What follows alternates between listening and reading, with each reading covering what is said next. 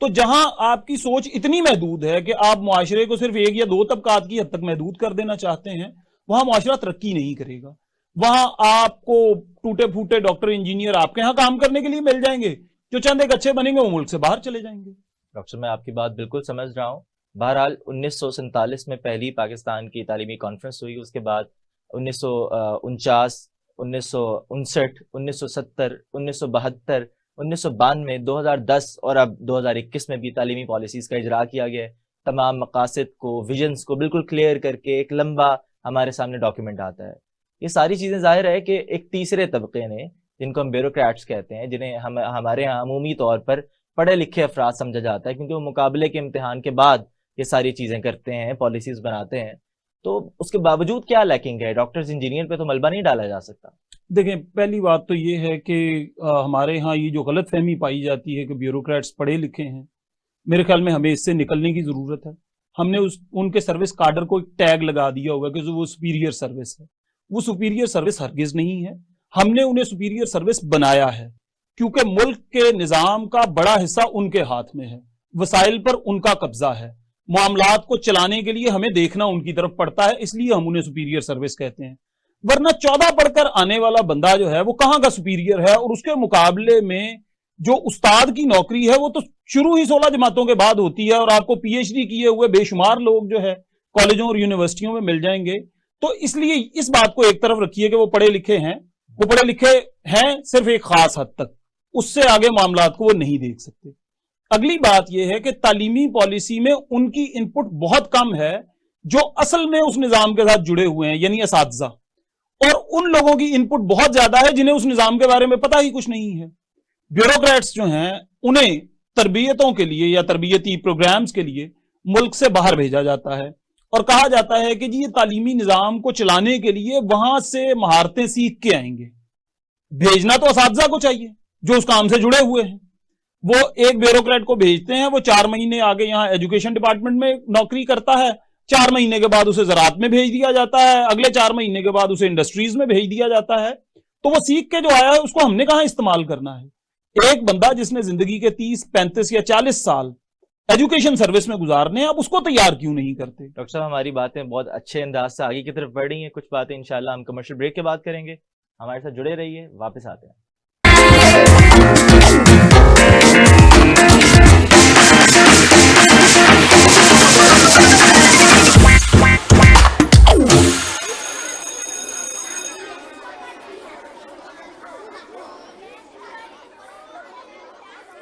Special T V کو اپنی screen پر دیکھنے کے لیے دی گئی فریکوینسی اپنے کیبل آپریٹر کو فراہم کر کے ٹیون کروا لیں.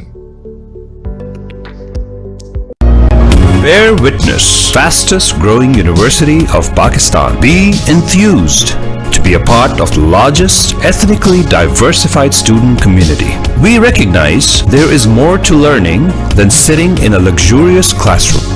That is why we provide our students rich, interactive campus life. Here, we carve you to imagine, believe, achieve. The University of Lahore. Discover yourself.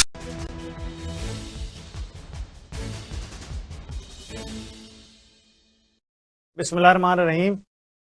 ملک بھر میں بے شمار ٹی وی چینلز اس وقت کام کر رہے ہیں. اس میں اسپیشل ٹی وی کا اضافہ ایک خوشگوار ہوا کا جھونکا ہے، جس میں ہم توقع کرتے ہیں کہ یہ ملک کی اسلامی نظریاتی اور فکری جہتوں کو اجاگر کرے گا. اس وقت ضرورت اس بات کی بھی ہے کہ ملک بھر کے نوجوانوں، بزرگوں، خواتین کی درست نمائندگی ہو. میں یہ سمجھتا ہوں کہ اس وقت ٹی وی چینلز جن لوگوں کی نمائندگی کر رہے ہیں وہ پوش علاقوں کے رہنے والے اور امیر اور کبیر لوگوں کی نمائندگی ہے. ڈراموں میں دیکھ لیں، ان کی تہذیب، ان کے تمدن کو اجاگر کرنے کی کوشش کی جاتی ہے. ہم اس بات کی توقع کرتے ہیں کہ اسپیشل ٹی وی میں عام غریب آدمی اور سفید پوش لوگوں کی نمائندگی ہوگی. لاہور شہر جو حضرت داتا گنج بخش علیہ رحمہ، حضرت علامہ اقبال اور سید مودودی کا شہر ہے، جہاں پر اسلامی تحریک نے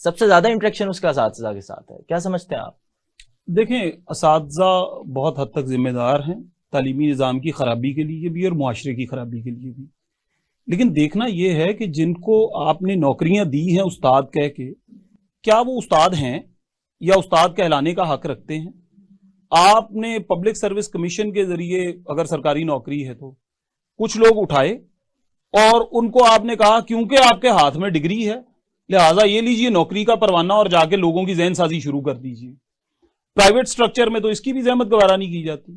وہاں پہ وہ کہتے ہیں اچھا آپ ہمارے جاننے والے ہیں یا آپ ایک اچھے ملازم ثابت ہو سکتے ہیں تو آئیے آگے لوگوں کی ذہن سازی کیجئے. اس طرح کے لوگ جو ذہن سازی کر رہے ہیں وہ قوم آپ کے سامنے ہے. مسئلہ بنیادی یہ ہے کہ استاد بنانے کے لیے باقی دنیا میں تربیت کا انتظام کیا جاتا ہے. یہ نہیں کیا جاتا کہ ایک بندے کو کاغذ کا ایک ٹکڑا تھمایا اور اسے کہا کہ چلیں جا کے آپ لوگوں کی ذہن سازی کا عمل شروع کر دیں. تو کیا آپ نے ایسا کوئی نظام بنایا ہے جس میں تربیت ہو اساتذہ کی؟ آپ کے ہاں اگر ایک پولیس والا بھرتی کرنا ہے، ایک فوجی بھرتی کرنا ہے، ایک جج بھرتی کرنا ہے، ایک کلرک CSS کے ذریعے یا PMS کے ذریعے بھرتی کرنا ہے، ان کے لیے تو آپ نے تربیت کا ایک نظام بنایا ہوا ہے 6 مہینے 1 سال 2 سال کہ وہ اس پورے پروسیس سے گزر کے آئیں گے. اساتذہ کے لیے آپ نے یہ معیار رکھا ہے کہ وہ لوگ جاتے ہیں پبلک سروس کمیشن میں سرکاری نوکری کے معاملے میں اور وہاں سے اگر وہ منتخب ہو گئے ہیں تو پہلے ہی دن لاگے انہیں کلاس میں کھڑا کر دیں کہ آئیں جی پڑھانا شروع کر دیں. تو جب آپ قوم کا اتنا اہم معاملہ یعنی قوم کی ذہن سازی، قوم کی فکری جو تعلیم و تربیت ہے، وہ سارے معاملات آپ نے ایک شخص کے ہاتھ میں تھما دیے ہیں اور اس کو آپ نے کسی تربیت کے مرحلے سے نہیں گزارا تو وہ شخص جو چاہے گا کرے گا.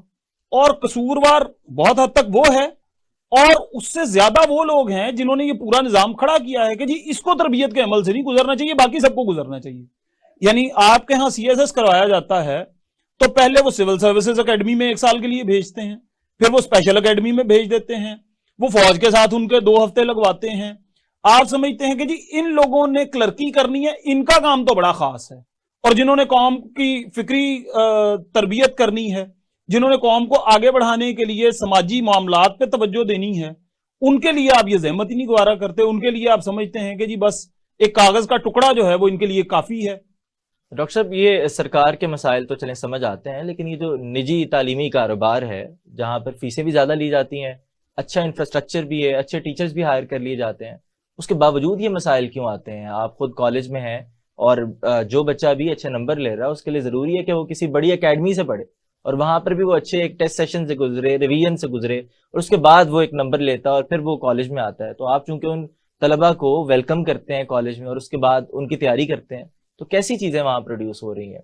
دیکھیں بنیادی بات یہ ہے اس میں کہ اگر میرا اور آپ کا گاہک اور دکاندار کا رشتہ ہے تو پھر تو میں دیکھوں گا میرا گاہک کیا چاہتا ہے. تو تعلیمی ادارے جو نجی ہیں ان میں تو یہی ہوتا ہے، ان کے لیے شاگرد یا اس کے ماں باپ جو ہیں یا طالب علم اور اس کے ماں باپ جو ہیں وہ گاہک ہیں، اور تعلیم دینے والا استاد ہو یا اس پورے ادارے کو چلانے والا ادارے کا مالک ہو یا مینیجر ہو یا پرنسپل ہو وہ دکاندار ہے. تو دکاندار تو اپنے گاہکوں کو کبھی بھی ناراض نہیں کرتا. آج کل لوگ جو ہے وہ ٹک ٹاک کے پیچھے لگے ہوئے ہیں، وہ انسٹاگرام کے پیچھے لگے ہوئے ہیں، وہ فیس بک کے پیچھے لگے ہوئے ہیں، تو وہاں سے وہ جو کچھ سیکھ کے آتے ہیں یا جو تقاضے ان کے بن جاتے ہیں، تعلیمی ادارے جو نجی ہیں وہ تو ان کو پورا کرتے ہیں. تو ہمیں ان سے جو ہے وہ کوئی توقع اس طرح کی رکھنی نہیں چاہیے کہ وہ اپنے گاہک کی خواہشات کو اور اس کی جو امنگیں ہیں ان کو ایک طرف کر دیں گے اور قوم کو بنانے کے لیے وہ اپنا سرمایہ خرچ کریں گے. وہ سرمایہ بنانے پہ توجہ دیتے ہیں، سرمایہ خرچ کرنے پہ نہیں دیتے. اچھا، یعنی آپ کہہ رہے ہیں کہ سرکار میں کمپیٹنسی کی کمی ہے، قابلیت کی کمی ہے سرکار کی طرف، اور نجی شعبے میں خلوص کی کمی ہے. دیکھیں کمپیٹنس جو ہے اگر اس کو آپ نے ڈگری کے اعتبار سے جانچنا ہے تو پھر تو وہ سرکاری اداروں میں بہت ہے. آپ کو میں جس کالج میں پڑھاتا ہوں اتنی زیادہ تعداد میں PhD استاد مل جائیں گے کہ کسی پرائیویٹ یونیورسٹی میں بھی نہیں ہوں گے. تو اگر قابلیت کا معیار محض ڈگری ہے تو پھر تو وہ بہت زیادہ ہیں پرائیویٹ سیکٹر کی نسبت سرکاری سیکٹر میں.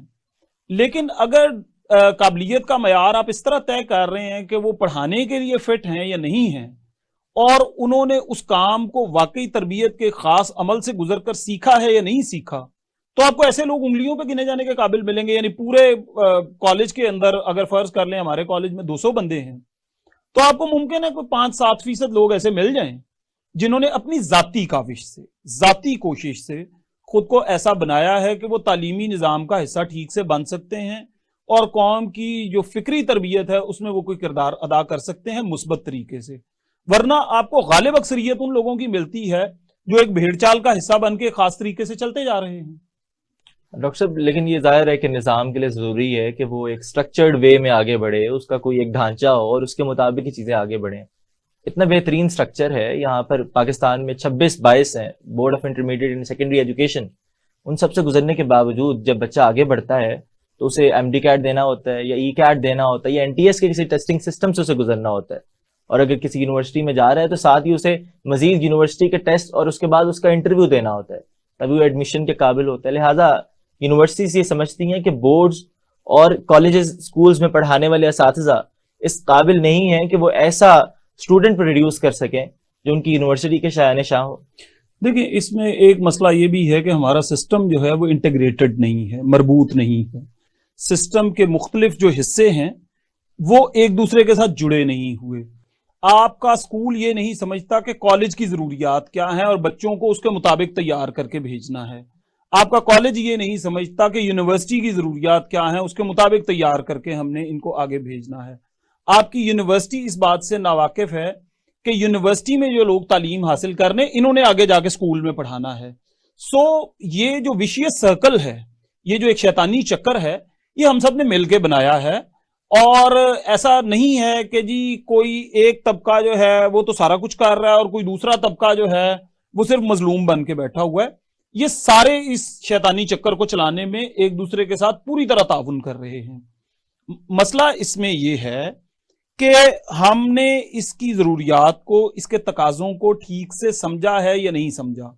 آپ کے ہاں یہ جو ٹیسٹنگ سسٹم ہے جس کی طرف آپ نے بھی اشارہ کیا ہے، وہ این ٹی ایس ہو، ایم ڈی کیٹ ہو یا کوئی بھی اور ہو، اس کے ساتھ جو مسائل جڑے ہوئے ہیں وہ پھر وہی ہیں کہ آپ نے جو ہے وہ سیٹیں آپ کے پاس جو ہے فرض کریں میڈیکل سائنس کے لیے کالجز میں جو سرکاری کالجز ہیں وہاں پہ سیٹیں ہیں 500 اور آپ نے 1500 بچوں کو جو ہے وہ 99% یا 98% نمبر دے دیے ہیں، تو وہاں پہ کیا کیا جائے گا؟ آپ نے قابلیت کا کوئی پیمانہ طے نہیں کیا، آپ نے رٹا دیکھا ہے. خیر انہوں نے بھی رٹا ہی دیکھنا ہوتا ہے. تو اب یہ پورے کا پورا نظام جو ہے وہ بوگس ہے اور اس بوگس نظام کے اندر ہر ایک اپنا حصہ بقدر جسہ ڈال رہا ہے اور اس میں سے جتنا اس کی طاقت ہے اس کے مطابق شیئر لے رہا ہے. وہ جو لائنز شیئر انگریزی کا محاورہ ہے اس کے مطابق اپنا چنک وہ نکال لیتا ہے اس میں سے. اچھا ڈاکٹر صاحب، کہا یہ جاتا ہے کہ اسٹوڈنٹس کو پڑھنے میں اور اساتذہ کو پڑھانے میں جو مسائل درپیش ہوتے ہیں ان میں ایک اہم مسئلہ زبان کا بھی ہے، کیونکہ ہمارے گھروں میں اردو بولی جاتی ہے یا اس کے علاوہ علاقائی زبانیں ہیں جو بولی جاتی ہیں. کوئی براوی بولتا ہے، کوئی بلتی بولتا ہے، کوئی پنجابی بولتا ہے، کوئی ہماری سندھی زبان بولتا ہے، کوئی بلوچی بولتا ہے. جبکہ یہاں آتے ہیں تو اے فار ایپل، بی فار بال اور اس کے بعد سی فار کیٹ ہوتا ہے اور ساری زندگی انہی لفظوں کو بناتے بناتے گزر جاتی ہے. نہ اس میں سوچتے ہیں، نہ خواب آتے ہیں، نہ خیال آتے ہیں. تو اس میں تو نہیں مسئلہ شاید؟ اس میں ابتدائی درجے کے مسائل ہیں اس میں بھی، اور وہ ابتدائی درجے کے مسائل یہ ہیں کہ دنیا بھر میں یہ سمجھا جاتا ہے کہ ابتدائی درجے کی جو تعلیم ہے وہ مدر ٹنگ کہہ لیجئے یا نیٹو لینگویج کہہ لیجئے یا آپ جو بھی اسے نام دے لیں وہ اس میں دی جاتی ہے.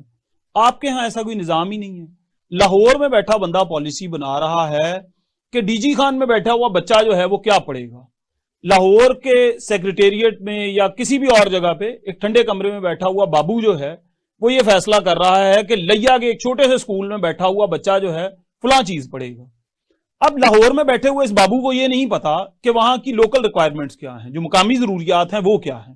وہ لیا میں بیٹھے ہوئے ایک استاد کو پتا ہے، ممکن ہے لیا میں بیٹھے ہوئے ایجوکیشن آفیسر کو بھی پتا ہوں. تو ہم اس نظام کو نیچے کیوں نہیں لے کے جاتے، ڈی سینٹرلائز کیوں نہیں کرتے؟ ہم ایسا کیوں نہیں کرتے کہ تعلیمی پالیسی جو اس درجے کی ہے وہ تحصیل کی سطح پہ طے ہو یا ضلع کی سطح پہ طے ہو. ایک ضلع فیصلہ خود کرے کہ سکول کے اندر کتنے بچے اس سال انرول ہوئے ہیں، ان میں سے کون سے بچے کس زبان سے جڑے ہوئے ہیں، وہ بنیادی تعلیم اس زبان میں حاصل کریں تاکہ ان کے ذہنوں میں زبان کا ایک ڈھانچہ بن جائے، اور اس کے بعد وہ اردو سیکھیں، وہ انگریزی سیکھیں، وہ عربی فارسی جو مرضی سیکھیں، وہ اس عمل میں آگے بڑھتے جائیں. لیکن ہم اس بات پہ بضد ہیں کہ نہیں، وہ بچہ جو ہے جو گھر میں اپنی ماں سے سرائکی بول رہا ہے یا پشتو بول رہا ہے یا پنجابی بول رہا ہے یا براوی بلتی اور شنا اور جو مرضی وہ بول رہا ہے، ہم نے اس کو انگریزی پڑھانی ہے. انگریزی اس کے ارد گرد کہیں نہیں ہے، ہم زبردستی اسے انگریزی پڑھانا چاہتے ہیں.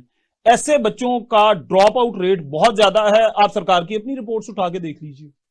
اچھا ڈاکٹر صاحب، ظاہر ہے کہ ہماری اپنی زبان نہیں ہے، ہمارے کلونیل پاورز کی وہ زبان رہی ہے اور ہے بھی، لیکن آپ کیا سمجھتے ہیں کہ ایک مشکل زبان میں جب ہم آتے ہیں، ایک چیلنجنگ جگہ پر بچہ انٹر ہوتا ہے اور چیلنج سے وہ ساری زندگی اسے ویسے بھی چیلنجز کا سامنا رہتا ہے، تو چیلنجز کو فیس کرتے ہوئے جب وہ سوال پوچھتا ہے، سوالوں کے جواب اسے ملتے ہیں، تو اس سے تو اس کی شاید کریٹیکل تھنکنگ ڈیولپ ہوتی ہو، اس وجہ سے انگریزی میں پڑھایا جا رہا ہو. آپ اس بات کو نہیں سمجھ پا رہے یا میں سمجھا نہیں پا رہا کہ بات ہم کر رہے ہیں چھوٹے بچے کی جو زندگی کے ابھی اس فیز سے گزر رہا ہے جو اس کے فارمیٹیو ایئرز ہیں، یعنی اس کے ذہن کی تشکیل ہو رہی ہے. ابھی وہ کسی دوسرے کی بات کو نہیں سمجھے گا، ابھی وہ اپنی ماں کی زبان کی بات کو سمجھ سکتا ہے. آپ اسے جب تک اس زبان میں نہیں سکھائیں گے وہ بات کو سمجھ ہی نہیں پائے گا پوری طرح سے. میرے اپنے گھر میں یہ ہوا ہے کہ میری بیٹی جو ہے جب وہ بہت چھوٹی تھی تو ایک روز وہ قاعدہ پڑھ رہی تھی، تو اس نے قاعدہ پڑھتے ہوئے کہا بابا آر فور خرگوش. تو میں نے اسے کہا کہ بیٹا آر فور خرگوش نہیں، آر فور ریبٹ ہوتا ہے. اس نے کہا بابا آپ کو بالکل سمجھ نہیں آتی. وہ گئی اپنا دوسرا قاعدہ لائی، اس میں ویسا ہی خرگوش بنا ہوا تھا جو خے سے خرگوش تھا. اس نے کہا دیکھیں یہ تصویر یہی ہے. میں نے کہا جی یہی ہے. اس نے کہا یہ خرگوش ہے. میں نے کہا جی ہے. تو اس نے کہا پھر یہ خرگوش کیوں نہیں ہے؟ اب ہم ان مسائل کو بالکل نہیں سمجھتے. پوری دنیا میں یہ بات اب سے 100 سال پہلے سمجھ لی گئی تھی کہ چائلڈ سائیکالوجی باقی سائیکالوجی سے مختلف سبجیکٹ ہے.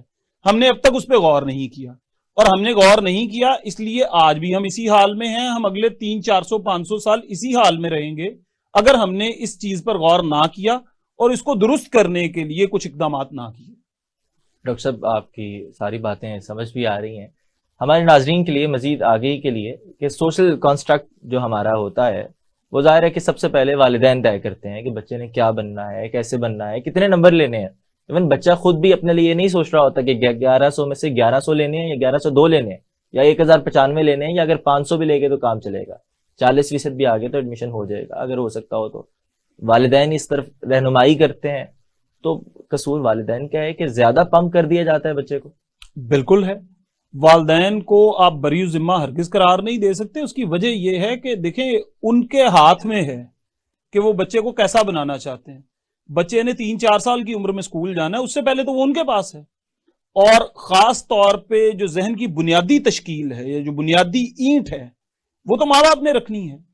ایک بچہ جو ہے اس کی پیدائش سے پہلے کا وقت جو ہے جب وہ ابھی دنیا میں نہیں آیا ہوتا وہ بھی بہت اہم ہوتا ہے. بدقسمتی سے ہمارے ہاں کسی قسم کی منصوبہ بندی کا رواج ہی نہیں ہے، اور ہم ساری باتیں خدا پہ ڈال کے خود کو بری ذمہ قرار دے لیتے ہیں. ہم کہتے ہیں کہ فلاں چیز خدا کی مرضی، فلاں چیز خدا نے چاہا تھا. خدا نے یہ نہیں چاہا تھا، یہ ہم نے چاہا تھا. خرابیاں ساری ہم پیدا کرتے ہیں، ہم ڈال خدا پہ دیتے ہیں. والدین کو میں بنیادی طور پہ یہ سمجھتا ہوں کہ اس بات کا کوئی حق نہیں ہے کہ وہ بچے کی جگہ پہ کھڑے ہو کے اس بات کا فیصلہ کریں کہ اس نے پڑھنا کیا ہے، اس نے بننا کیا ہے، اس نے کس طرح سے آگے بڑھنا ہے. بنیادی چیزیں وہ سمجھا سکتے ہیں، سکھا سکتے ہیں، وہ ان کا فرض ہے، ان کی ذمہ داری ہے، وہ اس سے جان نہیں چھڑا سکتے، لیکن وہ اس کے سر پہ مسلط نہیں ہو سکتے. وہ یہ نہیں کہہ سکتے کہ ہماری مرضی ہے کیونکہ میں زندگی میں ڈاکٹر نہیں بن پایا، میں پیچھے رہ گیا تھا، تم میری خواہش پوری کر دو. اس طرح کی خواہشیں پوری کروانے کے لیے بچوں کو جو ہے وہ تجربات والے وہ مینڈک نہ بنائیں جو بایولوجی لیب میں پڑھے ہوتے ہیں. بچوں کو آگے بڑھنے کے لیے مواقع فراہم کریں، یہ ماں باپ کی بنیادی ذمہ داری ہے. ڈاکٹر صاحب سب سے زیادہ سنسیئر لوگ ایک بچے کے لیے اس کے والدین ہیں، جو اس کے حوالے سے سوچتے ہیں، اسے اس دنیا میں لانے کی وجہ بنتے ہیں اور اس کے حوالے سے ظاہر بہتر سمجھ رہے ہوتے ہیں. تو کیا ان کی محبت میں شدت یا ان کی کوئی کمی یا احساس محرومی یا کوئی اور کمپلیکس، یہ اس طرح کی وجوہات بنتی ہیں؟ دیکھیں یہ جو معاملہ ہے نا کہ وہ مخلص بہت ہیں اور ان کی محبت بڑی پاک ہے اور ان سے زیادہ اس کا بھلا کوئی نہیں چاہتا، یہ ساری جذباتی باتیں ہیں. ان جذباتی باتوں کا علمی معاملات سے کوئی لینا دینا نہیں ہے، پہلی بات. دوسری بات یہ ہے کہ ممکن ہے وہ کسی نفسیاتی مسئلے کا شکار ہوں اور اپنی جو نفسیاتی ضروریات ہیں ان کو پورا کرنے کے لیے نہ چاہتے ہوئے وہ اس بچے کو بلی کا بکرا بنا رہے ہیں. تو ہمیں اس بات پہ غور کرنا چاہیے کہ یہ جو دو لوگ ہیں ماں اور باپ، یہ مل کر جو باتیں اس کے ذہن میں ڈال رہے ہیں یہ ٹھیک بھی ہیں یا نہیں. ان کی اپنی خواہشات کی حد تک ٹھیک ہیں، لیکن اس بچے کی زندگی پر جو دیر پا اثرات ہونے ہیں وہ اس کو جینے کے قابل چھوڑیں گے یا نہیں چھوڑیں گے. ڈاکٹر صاحب سوری ٹو کٹ یو، مجھے یہاں ایک کمرشل بریک لینی ہے اور اس کے بعد انشاءاللہ ہم واپس آئیں گے اور اپنی اس گفتگو کو ناظرین مزید جاری رکھیں گے. ہمارے ساتھ رہیے.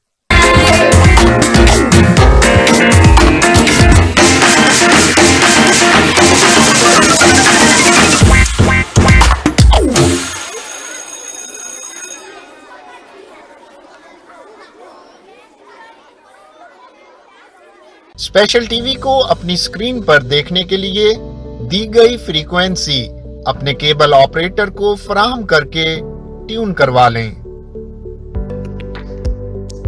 The Knowledge School and ILM Group of Colleges اعلیٰ تعلیمی معیار کے حامل دو نیٹ ورک میں سرمایہ کاری کریں اور شاندار تعلیمی میراث کا حصہ بن کر مثبت تبدیلی لائیں. سرمایہ کاری، عطا اختیار، رہنمائی.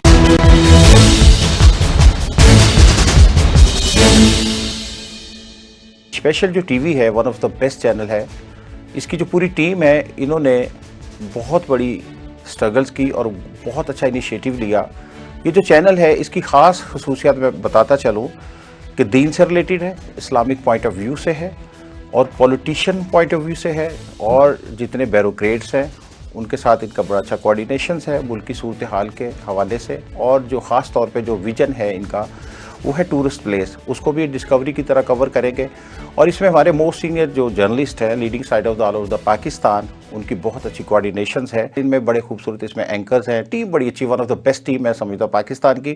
جس طرح ہمارے جو بڑے چینلز ہیں پاکستان کے بہت بہت بڑے نام ہیں، میں سمجھتا ہوں آئی ہوپ سو انشاءاللہ ٹرائی مائی بیسٹ کہ جو ٹیم ہے اس چینل کو ان کے ساتھ لا کر کھڑا کرے گی.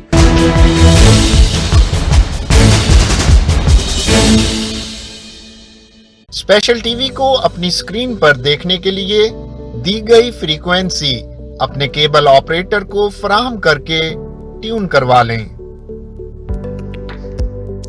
مسلمان مصیبت میں گھبرایا نہیں کرتا.